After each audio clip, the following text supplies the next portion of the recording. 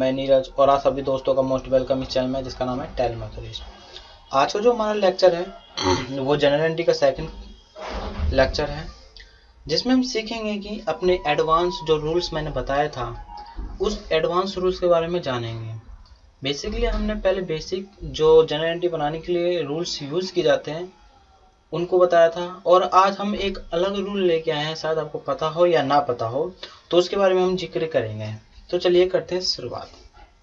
देखिए, personal account, real account और nominal account, तीन अकाउंट हमने पहले डिस्कस कर चुके हैं। मैं बस रिवाइज कराने के लिए ही यहाँ पे एक नया तरीका है कि इसको कैसे याद रख सकते हैं ईजिली तरीके से, वो भी नॉर्मल तरीके से, हर कोई याद रख सकता है चाहे कोई भी हो। देखिए, सबसे पहला हमारे पास पर्सनल अकाउंट। देखिए, पर्सनल अकाउंट एक किसी व्यक्ति का हो सकता है या किसी फिजिकल वस्तु की हो सकता है, ठीक है। अब पहली बात ये क्या कह रहा है, पर्सनल अकाउंट में दो चीज आती है, या तो किसी पर्सन ने रिसीव किया होगा, एनी पर्सन रिसीवर, किसी ना किसी ने रिसीव किया होगा, और दूसरी बात कहता है कि एनी पर्सन गिवर, या किसी ना किसी व्यक्ति ने उसको दिया होगा। अगर किसी व्यक्ति ने उसे कुछ भी लिया है तो उसको सीधा करना है डेबिट, मतलब कि बिजनेस में जिस पार्टी ने लिया है उसको करना है डेबिट, और जो व्यक्ति दे रहा है बिजनेस का कोई व्यक्ति जो दे रहा है उसको करेंगे हम क्रेडिट।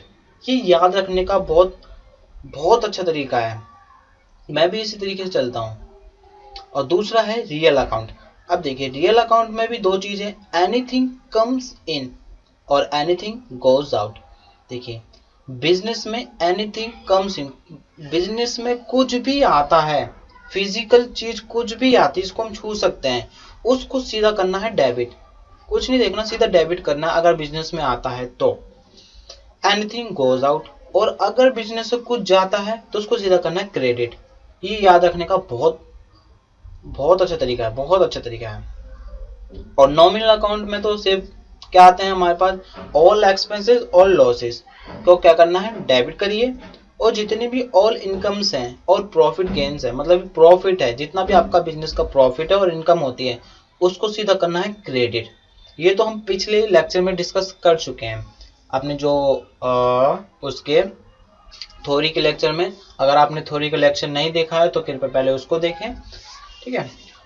तो जो हमारा आज का नया स्टार्टिंग होता है वो अब यहाँ से स्टार्ट होता है कि हम नए रूल्स में क्या सीखने जा रहे हैं। देखिए, नए रूल्स में हम सीखने जा रहे हैं कि बिजनेस की जो बहुत इंपॉर्टेंट चीज होती है, ठीक है, जो बिजनेस में ट्रांजैक्शन होते हैं ना, उन्हीं को लेकर हम बनाएंगे। बिजनेस में जो इंपॉर्टेंट होती है, सबसे इंपॉर्टेंट होती है बिजनेस की, सॉरी, वो होती है एसेट्स, कैपिटल, लायबिलिटीज और जो खर्चे और इनकम। ये बिजनेस की इंपॉर्टेंस होती है, इन्हीं से हमारे ट्रांजैक्शन बनते हैं, ठीक है, एक बिजनेस के। तो सबसे पहला है एसेट्स।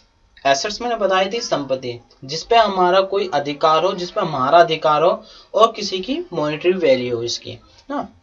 अगर कोई एसेट इंक्रीज होती है, अगर हमारी बिजनेस की कोई एसेट बढ़ रही है, मतलब कि पहले हमारे पास 10 मशीनरी थी, अब वो 15 हो गई है, तो अगर वो इंक्रीज होती है तो उसको सीधा करना है डेबिट। बिल्कुल कुछ मत सोचना, अगर वो इंक्रीज हो रही है एसेट तो उसको डेबिट कर दीजिए। और अगर एसेट्स 10 में से 5 बचती है, डिक्रीज होती है, कम हो जाती है, तो उसको सीधा करना है क्रेडिट, कुछ मत सोचिए। और दूसरी, एनी एक्सपेंसेस।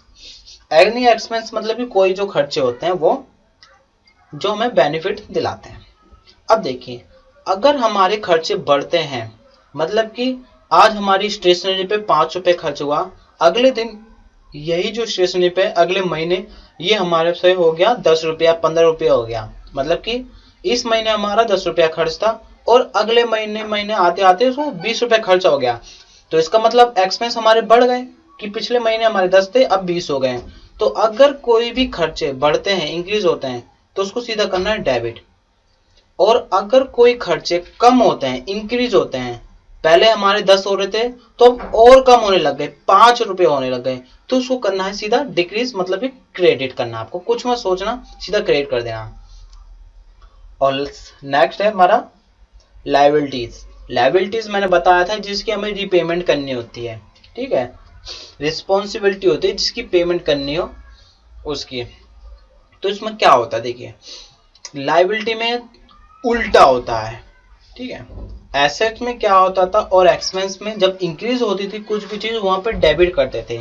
अब देखिए लायबिलिटी की फॉर्म में हम क्या करते हैं, लायबिलिटी के केस में कि जो चीज डिक्रीज होती है मतलब कि हमारी लायबिलिटी कम हो रही है। अब देखिए लायबिलिटी कम होने से हमारे पास बोझ कम पड़ता है, हमें वो दोबारा चीज पेमेंट नहीं करनी पड़ती है। अगर मैंने किसी से 50,000 रुपए लिए हैं और उस वक्त मैंने उसको 30,000 रुपए दे दिए, तो मैं अब उसको कितने रुपए वापिस करूंगा, 20,000 रुपया। मैंने पहले 30,000 रुपए दिए, अब उसको मैं 20,000 दूंगा, तो उससे मुझे कितने देने पड़ेंगे, बस सिर्फ 20,000। तो इससे क्या हुआ कि लायबिलिटी हमारी डिक्रीज हो गई है, ठीक है।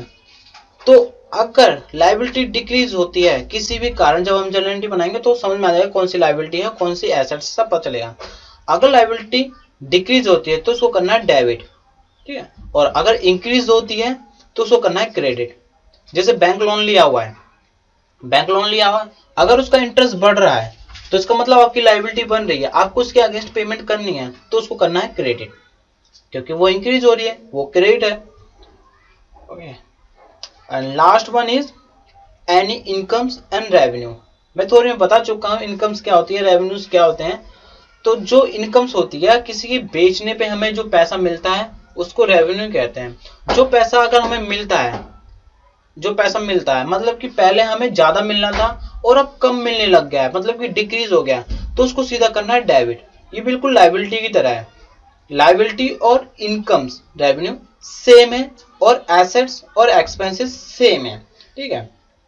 इंक्रीज करना है, ठीक है। और इसको करना है, अगर इंक्रीज होती है तो उसको करना है क्रेडिट इनकम को, और अगर इनकम डिक्रीज हो रही है तो उसको करना है डेबिट। ये बहुत अच्छा फार्मूला है, इसको अप्लाई करें। जनरल एंट्री जब बनाओगे इस फार्मूले को जरूर याद रखना, इससे इजीली से इजीली आप जनरल एंट्री बना सकोगे, चाहे आप कोई सी भी स्ट्रीम से बिलोंग करते हो, ठीक है। मैं भी यही रूल्स फॉलो करता हूँ। सो इसी वीडियो को हम यही खत्म करते हैं, मिलते हैं अगली नेक्स्ट वीडियो में। हम लेजर्स बनाना सीखेंगे टैली में। अब प्रैक्टिकल हमारा शुरू हो गया है, थोड़ी जितना होना था हमारा हो चुका है, अब हमारा शुरू होगा प्रैक्टिकल। अब जितना हो सके हम प्रैक्टिकल पे पूरा फोकस करेंगे। फोकस तो हमारा बेसिक पे भी चलता रहेगा, थ्योरी पे भी चलता रहेगा, मगर अब हमारा स्टार्ट होगा प्रैक्टिकल टैली पर। सो मिलते हैं अगली नेक्स्ट वीडियो में। Good luck, good bye.